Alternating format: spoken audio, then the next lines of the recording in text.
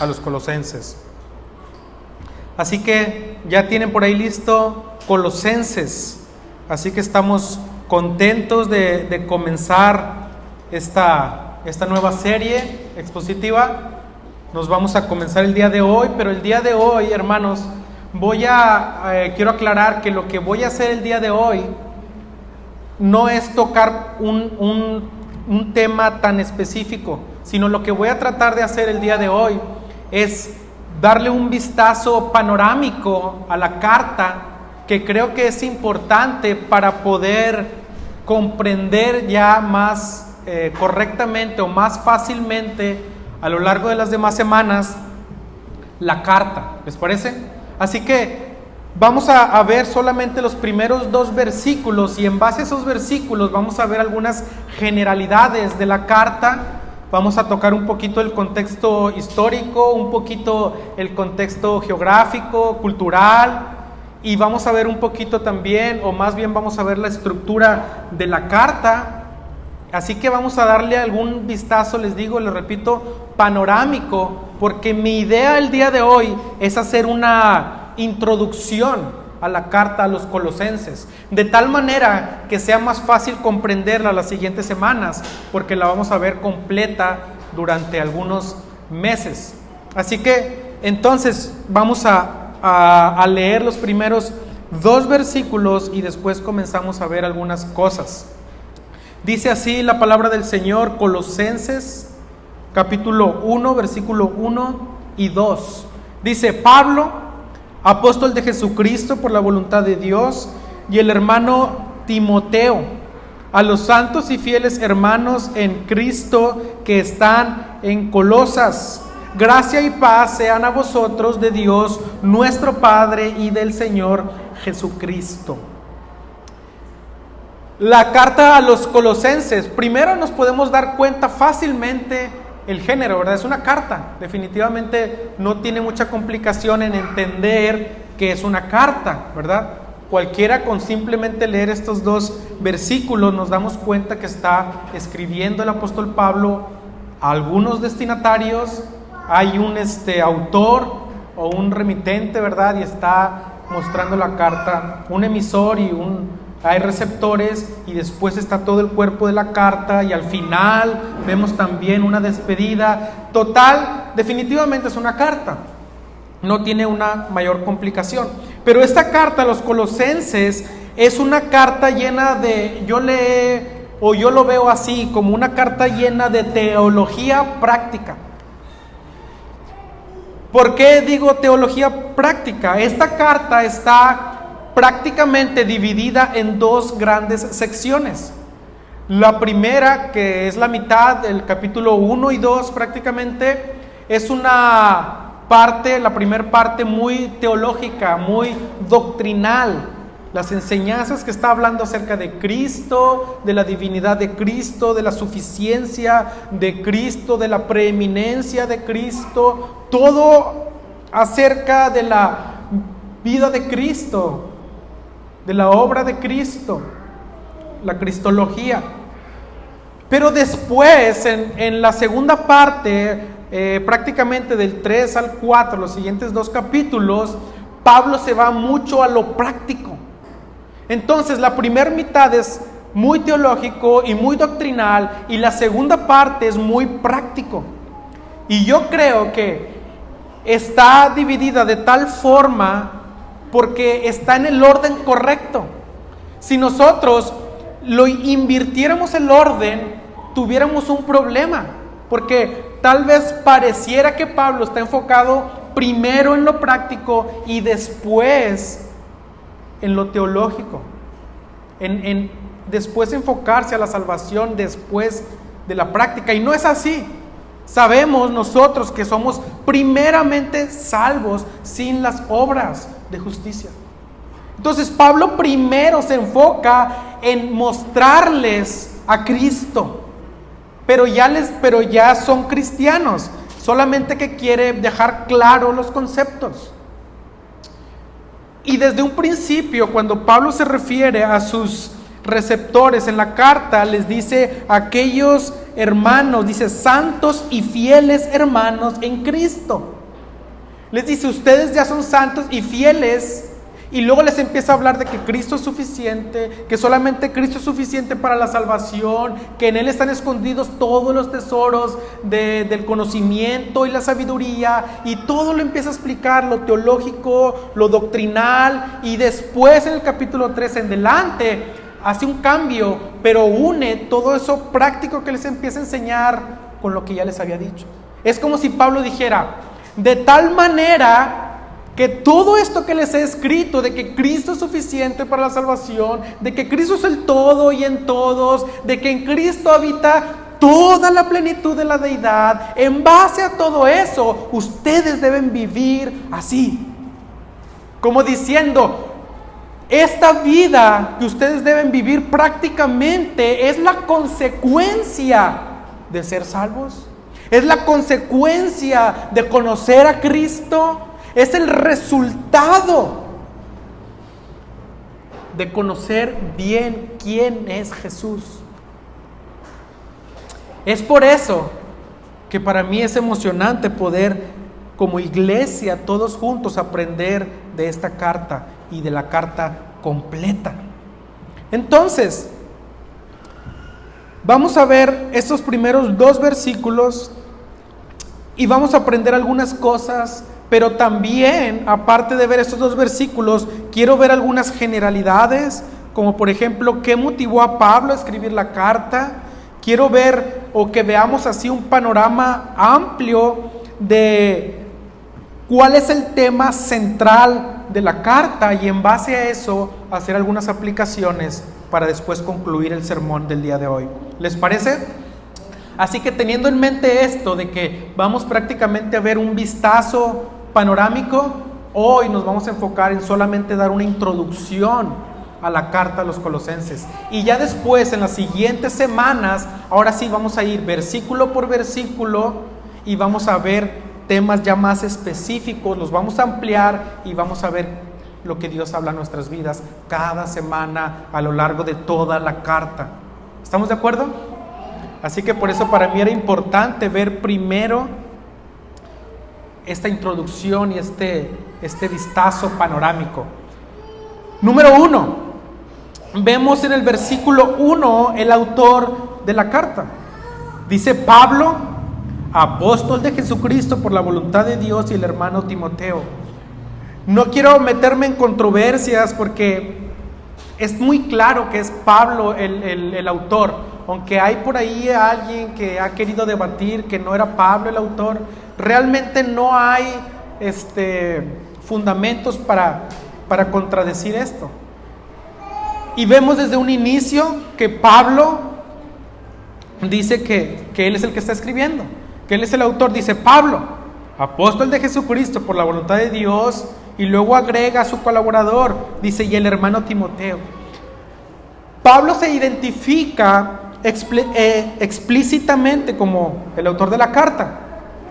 Pero lo primero, a mí me llama más la atención, que lo primero que hace Pablo y dejar en claro es su autoridad apostólica, ¿verdad? Dice Pablo, ¿y qué dice inmediatamente después? Apóstol de Jesucristo. Pablo no está utilizando el título de apóstol, válgame la redundancia, como título. Pablo está utilizando ese título de apóstol más bien para aclarar la autoridad que él tiene y la autoridad con la cual va a escribir. ¿Por qué? Porque Pablo lo que les va a enseñar no es, lo que está diciendo Pablo es que no son sus ideas, que no son sus deseos, que no son sus pensamientos, incluso que ni siquiera es su opinión acerca de la situación que estaban viviendo los colosenses, por la cual escribió Pablo. Lo que Pablo está diciendo: yo voy a hablar, yo voy a escribir como un enviado de Jesús, como un enviado autorizado de aquel que lo envió. Entonces por eso Pablo rápido dice: yo soy apóstol de Jesucristo, como diciendo, lo que yo voy a hablar es la palabra de Dios, y voy a hablar y les voy a escribir con la autoridad de Dios, no la mía. Entonces los colosenses, cuando podían ver esta carta, entendían que como era un apóstol de Jesucristo, un apóstol era un enviado autorizado de Dios. Ellos podían confiar en que esto venía de parte de Dios. Y esto me hace reflexionar también. Hay muchos lugares, muchas iglesias en las que no se predica la palabra de Dios. Hay muchos lugares, tristemente, en los que se enseñan ideologías humanas, en los que se enseñan filosofías humanas. Se enseña hoy en día mucho humanismo en las iglesias. Se enseña mucha motivación personal en las iglesias.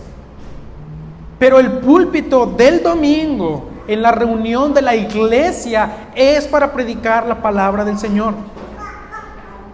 Por eso es mi deseo que siempre se exponga la palabra cada domingo en cada iglesia local, no lo que el hombre tiene que decir, no lo que el hombre piensa, no lo que el predicador, el pastor desea, sino lo que la Biblia enseña, porque la Biblia es la autoridad para nosotros. En nuestros días ya tenemos el canon de la Biblia completo.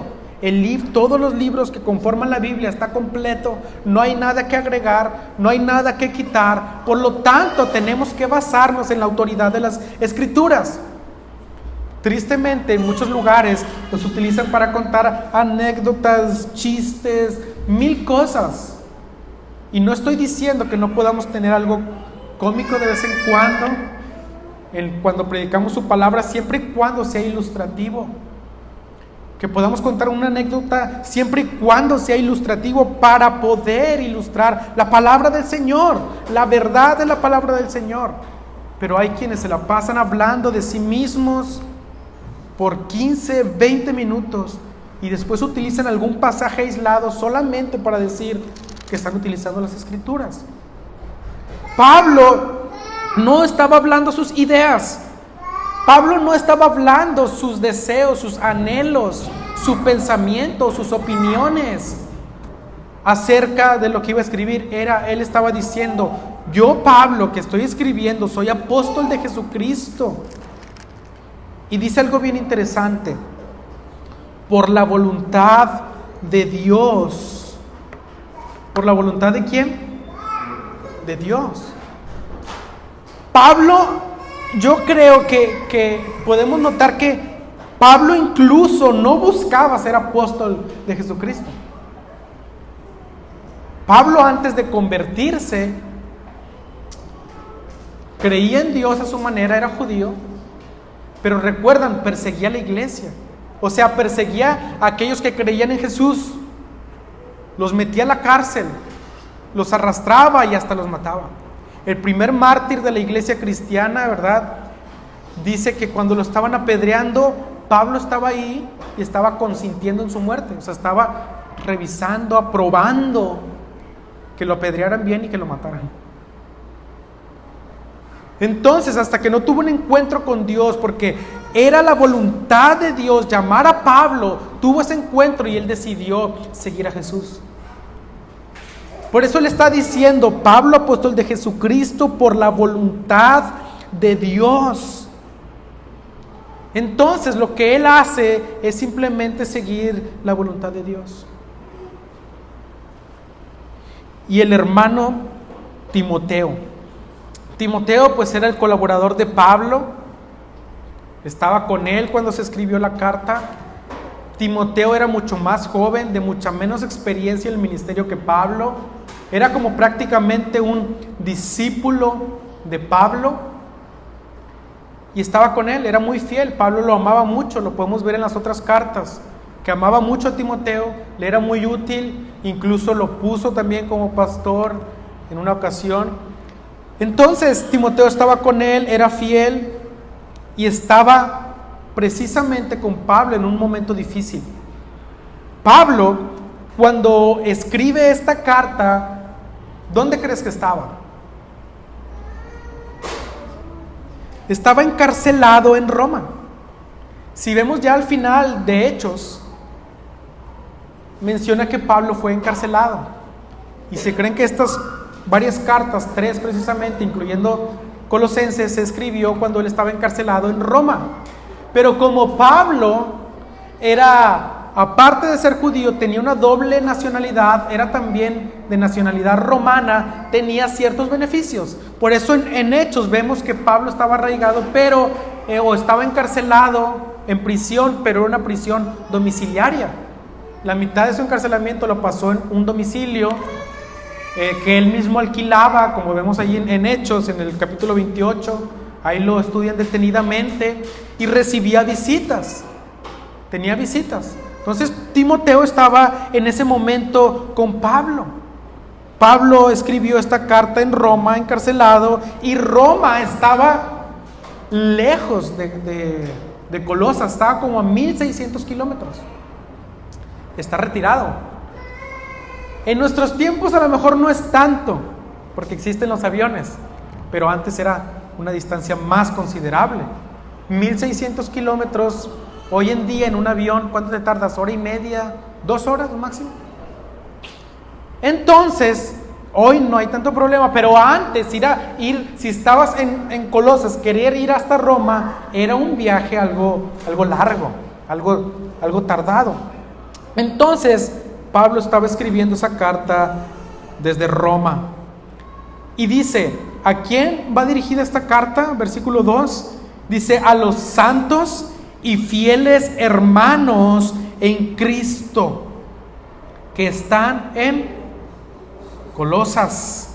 Gracia y paz sean a vosotros de Dios nuestro Padre y del Señor Jesucristo. ¿Quiénes eran los destinatarios, los receptores de esta carta? Los santos y fieles hermanos en Cristo que están en Colosas. Ahora, antes de ver algo más, quiero que veamos un poco del contexto acerca de los colosenses, el contexto histórico, cultural, incluso geográfico. La ciudad de Colosas estaba en una región de Asia, lo que actualmente hoy es Turquía. Entonces estaba Colosas y estaban algunas otras 2 ciudades pegadas, que era Laodicea y Hierápolis. Eran 3 ciudades juntas que conformaban el valle de Lico, o así se llamaba. Y cerca, ahí mismo en Asia, pero un poco más lejos, pero en esa área estaba Éfeso, estaba Pérgamo, y estaban otras ciudades, las que menciona, por ejemplo, Apocalipsis. ¿Recuerdan de los 7 mensajes en Apocalipsis a las 7 iglesias? Estaban en toda esa área de Asia. Si tú vas hoy a Turquía, incluso hay tours que te ofrecen el recorrido de las 7 iglesias que se mencionan en Apocalipsis. Todas están en lo que hoy es Turquía. Turquía hoy es un país como 99% musulmán. Hay poco cristianismo en Turquía, donde estaban todas estas iglesias fundadas, bíblicas. Qué impresionante, ¿no? Bueno, eso es lo que actualmente hoy es Turquía. Pero en ese tiempo estaba Colosas, Laodicea, Hierápolis, estaba más alejado Éfeso, Pérgamo, otras ciudades que mencionamos. Entonces, gran parte de esta población de Colosas eran gentiles, pero había algún grupo considerable también de judíos que vivían ahí en Colosas. La iglesia, esta iglesia en realidad no fue fundada por Pablo.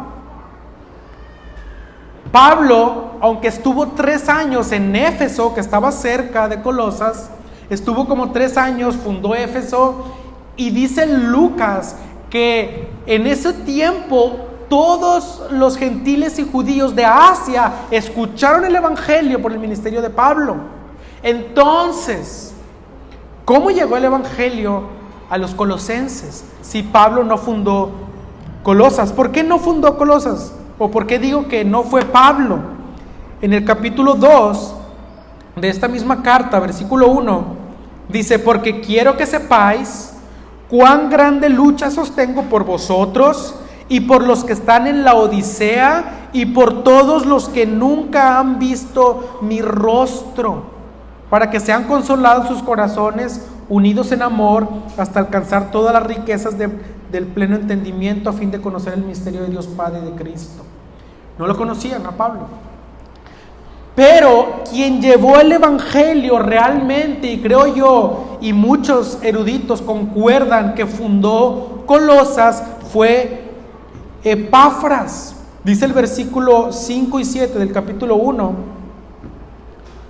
Capítulo 1 dice: a causa de la esperanza que os está guardada en los cielos, de la cual ya habéis oído por la palabra verdadera del evangelio, que ha llegado hasta vosotros, así como a todo el mundo, y lleva fruto y crece también en vosotros, desde el día que oísteis y conocisteis la gracia de Dios en verdad, como lo habéis aprendido de Epafras, nuestro consiervo amado, que es un fiel ministro de Cristo para vosotros. Era el que estaba ministrando en Colosas, era el que les llevó el evangelio, era el que les había enseñado, era el que los había discipulado, era el que prácticamente fundó Colosas. ¿Qué pasaba? ¿Qué estaba sucediendo? ¿Cuál fue el motivo, o lo que más bien, lo que motivó a Pablo a escribir esta carta? Era un problema grave que llevó a Epafras a viajar hasta Roma a visitar a Pablo. Eso es claro en el último capítulo de Colosenses, que Pablo les dice que les manda saludos a Epafras, que estaba con él. Pero regresó la carta a través de, creo que se llama Tíquico, ¿verdad? Regresó la carta y Epafras se quedó con Pablo. Pues quería aprender más, quería, no sé, tenía otros asuntos, pero Epafras viajó junto con estos dos hombres hasta Roma. ¿Cuántos kilómetros? Por lo menos 1,600 kilómetros. Algunos dicen que cerca de 2,000, no sé exactamente, pero este hombre le parecía urgente tratar el problema que estaba sucediendo con los colosenses, que fue a visitar a un hombre de experiencia. ¿Quién era? Pablo. Probablemente Epafras se convirtió durante los 3 años de ministerio de Pablo en Éfeso, que Éfeso estaba mucho más cerca de Colosas. Pero Epafras sí era originario de Colosas. Probablemente escuchó el evangelio, fue discipulado por Pablo, regresó a Colosas y compartió el evangelio y fundó la iglesia en Colosas. Entonces, ¿qué motivó a Pablo a escribir esta carta? ¿Qué llevó a Epafras, ese siervo amado y fiel ministro en Colosas, a buscar a Pablo? ¿Qué estaba sucediendo? Es importante, hermanos, entender el motivo por el cual Pablo escribió esta carta. Esto nos va a ayudar en gran manera a encontrar el tema central de la misma. Mira, voy a ponerte un ejemplo. Imagínate que yo tengo un familiar enfermo, está angustiado, está pasando por una enfermedad grave, está desanimado, no sale de esta enfermedad, está triste, tiene este grande problema que no ha podido salir adelante. Y yo digo, bueno, entonces voy a escribir una carta. Pensemos que no estamos en nuestra era, ¿verdad? De tanta modernidad, y no hay internet, y no hay Facebook, y necesito escribir una carta. ¿Qué me está motivando a mí a escribir la carta? Que mi familiar está enfermo, está pasando por situaciones difíciles. Pueden haber muchas cosas que me hubieran motivado a escribir una carta, pero digamos que mi motivo, lo que me está motivando es que ese familiar mío está en problemas, está en angustias, está enfermo, está decepcionado, afligido o deprimido o 1000 cosas. Y yo digo, eso a mí me motiva a escribirle. Y yo en mi carta voy a buscar un propósito de escribirle. Me motiva que él tiene un problema. pero yo voy a buscar un propósito. ¿Con qué propósito voy a escribirle? A mí me motivó ese problema, pero tengo un propósito. ¿Qué quiero lograr? Pues tal vez llevarle un poco de consuelo, decirle que estoy aquí, que lo que necesite yo puedo ayudarlo, darle ánimo, darle una palabra de aliento que le ayude, que le anime, 1000 cosas. Entonces, es por eso que es necesario entender qué motivó a Pablo a escribir esa carta, para que podamos entender cuál era el propósito de Pablo, qué quería lograr Pablo en los colosenses, cuál es el tema central de toda esta carta. Por eso me interesa a mí hacer este vistazo panorámico y esta introducción para que después sea mucho más fácil comprenderla. Entonces, ¿qué era la problemática? ¿Qué llevó a Epafras a hacer ese viaje largo hasta Roma? Y el problema, o algo de los problemas que vamos a ver ahorita, era que empezaba una herejía a surgir en esta región. La problemática era que había falsas doctrinas que querían entrar en la iglesia. La ciudad de Colosas, pues era una ciudad que culturalmente era idólatra, era pagana, tenía muchos dioses. Uno de los dioses que adoraban mucho en la época del dominio romano era Artemisa, por ejemplo. No sé si ustedes han oído acerca de esta diosa, pero era una de las que adoraban, entre muchos otros, ¿verdad? Entonces, estos hombres creyentes incluso estaban rodeados de una cultura pagana, de una cultura donde adoraban muchos dioses. Ellos se habían convertido en ese contexto. Y uno de los problemas que enfrentaban era volverse al paganismo, pero también creer muchas falsas doctrinas. Entonces, es por eso que Pablo los anima a no desfallecer, sino más bien a permanecer firmes en la fe. Si tú ves ahí el capítulo 1, versículo 23, les dice Pablo: si en verdad permanecéis fundados y firmes en la fe, y sin moveros de la esperanza del evangelio que habéis oído, el cual se predica en toda la creación que está debajo del cielo, y del cual yo, Pablo, fui hecho ministro. Les estaba animando a permanecer firmes y no moverse de la esperanza del evangelio que habían oído. Les estaba diciendo: no se dejen llevar por otras cosas, no se dejen llevar por otras ideologías, por otras filosofías, por otras cosas que no les aprovecha prácticamente. Estaba diciendo: no se muevan de la verdad, permanezcan fundados y firmes en la fe, sin moverse de la esperanza del evangelio que han oído. Eso le preocupaba a Epafras, que ellos se regresaran al paganismo, que ellos creyeran falsas doctrinas y que los moviera de la esperanza del evangelio. Por eso Epafras viajó 1600 kilómetros por lo menos para ver a alguien de experiencia, al apóstol Pablo, a quien conocía y se había convertido a través de su ministerio. Entonces, así que no solamente enfrentaban la tentación de volver al paganismo de su cultura, sino que principalmente tenían que enfrentar esas falsas enseñanzas, esas falsas doctrinas de las cuales Pablo trata de frenar y trata de disolver. Ahora, estas enseñanzas no habían ya dañado o infectado, por así decirlo, a la iglesia, pero Pablo escribe para prevenirlos. Por eso esta carta, a pesar de que se escribió hace muchísimo tiempo, en la época de los apóstoles, también es una carta actual, de una temática actual para nuestros días.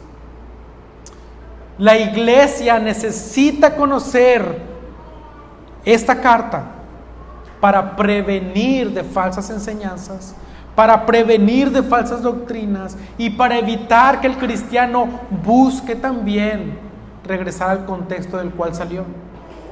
Pregunto yo, ¿en México habrá paganismo?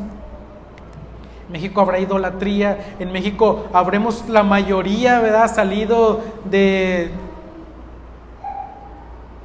pecado grave, perversiones, de mil cosas que se pueden vivir del cual Cristo te ha rescatado? Y estamos también siendo tentados a volver siempre. El cristiano está siendo tentado a volver a su antigua vida de la cual el Señor le rescató. Por eso esta carta es actual también para nuestros días. Es excelente para entenderla, comprenderla y vivirla.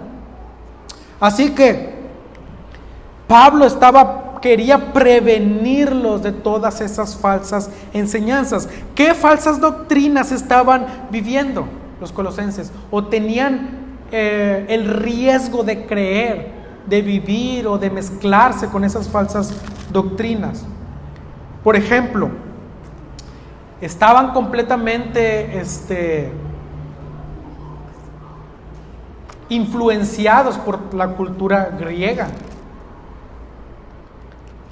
Los griegos, recuerden, amaban mucho el conocimiento. Eran filósofos, amaban el tener un conocimiento, se enorgullecían de tener un conocimiento superior a otras culturas. Cada quien tenía su filósofo preferido. Todos creían tener un conocimiento más alto, superior que otras culturas en conocimiento y lenguaje y muchas cosas.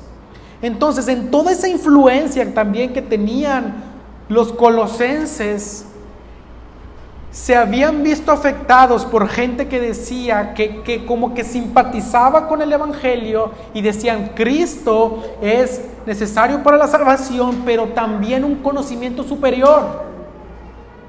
Cristo no es suficiente, era la creencia. Cristo no basta para poder conocer acerca de la salvación y ser salvos. Por eso en el capítulo 2, recuerden, estamos haciendo un vistazo panorámico, por eso estamos viendo prácticamente todos los capítulos. Capítulo 2, versículo 3, dice, desde el versículo 2, para que no perdamos el contexto, dice: para que sean consolados sus corazones, unidos en amor, hasta alcanzar todas las riquezas del pleno entendimiento, a fin de conocer el misterio de Dios el Padre y de Cristo, dice, en quien están escondidos todos los tesoros de la sabiduría y del conocimiento. Dice Pablo, si quieren alcanzar todas las riquezas del pleno entendimiento, a fin de entender el misterio de Dios el Padre y de Cristo, necesitan conocer a Cristo, porque en Él están escondidos los tesoros del conocimiento y de la sabiduría. Cristo es suficiente para llegar al conocimiento pleno y verdadero de la verdad. No otras filosofías humanas, no otros conocimientos superiores, más bien busquen de Cristo, porque en Él están escondidos todos los tesoros de la sabiduría y del conocimiento. ¡Wow! Y ellos estaban siendo a lo mejor afectados o tentados a buscar un conocimiento superior aparte de Cristo. Pero Pablo les dice, Cristo es suficiente. Había quienes creían que necesitaban algo más para ser salvos. No nada más un conocimiento superior, sino algo más. Dice ahí mismo en Colosenses capítulo 2, versículo 18, les dice Pablo: nadie os prive de vuestro premio, afectando humildad y culto a los ángeles, entremetiéndose en lo que no ha visto, vanamente hinchado por su propia mente carnal. Wow. enseñaban, sí, Cristo, pero más. A lo mejor un conocimiento acerca de los ángeles. Los ángeles nos pueden ayudar a llegar a la salvación, u otro Dios mítico, u otra cosa. En nuestros tiempos a veces hay quienes creen, dicen, bueno, sí, es necesario conocer a Cristo, pero a la vez es necesario practicar esto, practicar el otro, hacer unos votos de esto para poder ser salvos. El pensamiento de Pablo, no los muevan de lo que han conocido, porque están hinchados por su propia mente carnal. Se inflaman de su conocimiento, pero su propio conocimiento humano. Y el conocimiento humano nunca será mayor que el conocimiento y la sabiduría de Dios. El hombre es finito, pero Dios es infinito.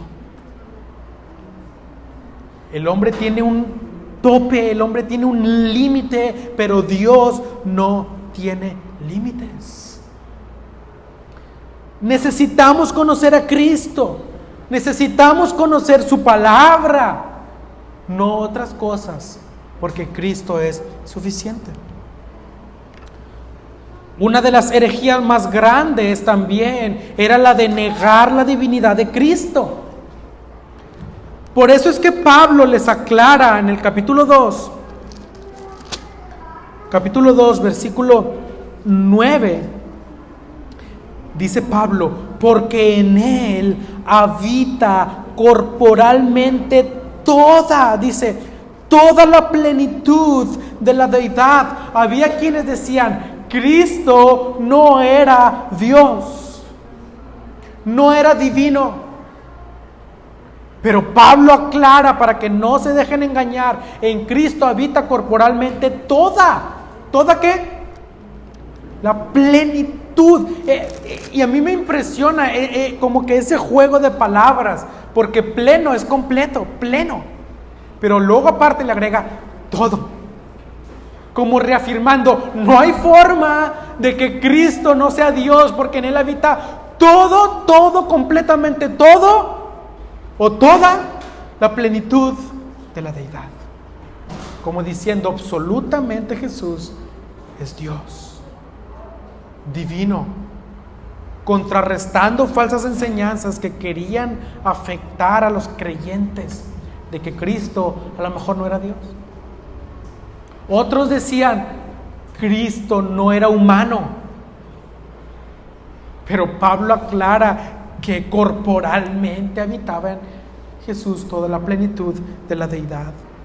Entonces Pablo prácticamente está contrarrestando esas falsas enseñanzas. Es más, eran falsas herejías, era algo completamente destructivo, errado y un problema grave. No eran solamente errores, eran herejías muy graves. Así que vamos a tratar de cerrar viendo cuál es el tema principal de la carta. No quiero extenderme, hoy es solamente una introducción para que tú vuelvas la otra semana. Y ya a partir de la otra semana vamos a tocar muy específicamente versículo por versículo y a tocar temas ya muy específicos. Me muero de ganas de ya poder llegar a esos textos que he leído ahorita, esos textos aislados que he leído. Quiero tocarlos ya profundamente, pero ahorita solamente es un vistazo general y me voy a esperar y tratar de aguantarme hasta que vayamos llegando paso a paso. ¿Ok? ¿Cuál es el tema central de la carta? Ya nos hemos dado un vistazo, ¿no? A raíz de lo que motivó a Pablo a escribir esta carta, ya comenzamos a entender qué es el tema central de la carta. Podemos ver entonces que había muchas falsas enseñanzas de las cuales Pablo contrarresta en esta carta, pero prácticamente, hermanos, el punto principal de estas herejías era el negar que Cristo era suficiente para la salvación. Por tal motivo, es fácil deducir que el tema central de la carta es la suficiencia de Cristo. Pablo contrarresta esto de tal motivo que puedan entender los colosenses que Cristo es suficiente. Por eso hay muchos hombres, muchas personas que buscan un conocimiento superior para llegar a la salvación. ¿No es cierto? De hecho, hay muchos eruditos bíblicos que concuerdan que aquí eran como que los indicios del gnosticismo. Como que no era precisamente el gnosticismo esto, pero como que aquí comenzó y después terminó ya después, muchos años después, en el gnosticismo. El gnosticismo viene de la palabra griega gnosis, que es conocimiento. ¿Alguna vez has hablado con un gnóstico? Yo una vez hablé con un gnóstico y estaba platicando con él. De hecho, ya les he contestado ese testimonio. Y de ahí aparece el conocimiento. Los gnósticos dicen que buscan un conocimiento de todas las cosas. No es que no crean en Dios, no es que sí crean en Dios, buscan el conocimiento. Entonces, estos hombres buscaban un conocimiento. Hay hombres que buscan un conocimiento superior para la salvación, para ver cómo se creó el universo, el cosmos, todas las cosas, algo superior. Pero Pablo aclara que todos los tesoros de la sabiduría y del conocimiento están escondidos ¿en quién? En Cristo. Quería contrarrestar esa enseñanza de que podías llegar a un conocimiento superior fuera de Cristo. Por tanto, Pablo les dice, Cristo es suficiente para conocer el modo de ser salvos. Cristo es suficiente. ¿Quieres llegar a un conocimiento superior? Cristo es suficiente. Muchas personas también buscan alcanzar salvación por medio de ángeles, de ídolos, incluso de buenas obras. Pero ¿qué dice Pablo? Ustedes, en el capítulo 2, versículo 10, dice, ustedes están completos en Cristo. ¿Qué te falta? Nada si buscas solamente a Cristo. Por lo tanto, podemos decir, Cristo es suficiente. Ahora, estamos casi cerrando, hermanos. Si tuviéramos que escoger una frase que pudiera resumir la idea principal de esta carta, ¿qué sería? Yo la encontré por lo menos en el capítulo 3, versículo 11, cuando dice Pablo, Cristo es el todo y en todos. Si tú resumieras esta carta, podemos decir, Cristo es el todo y en todos. Por eso el tema central, creo yo, es la suficiencia de Cristo.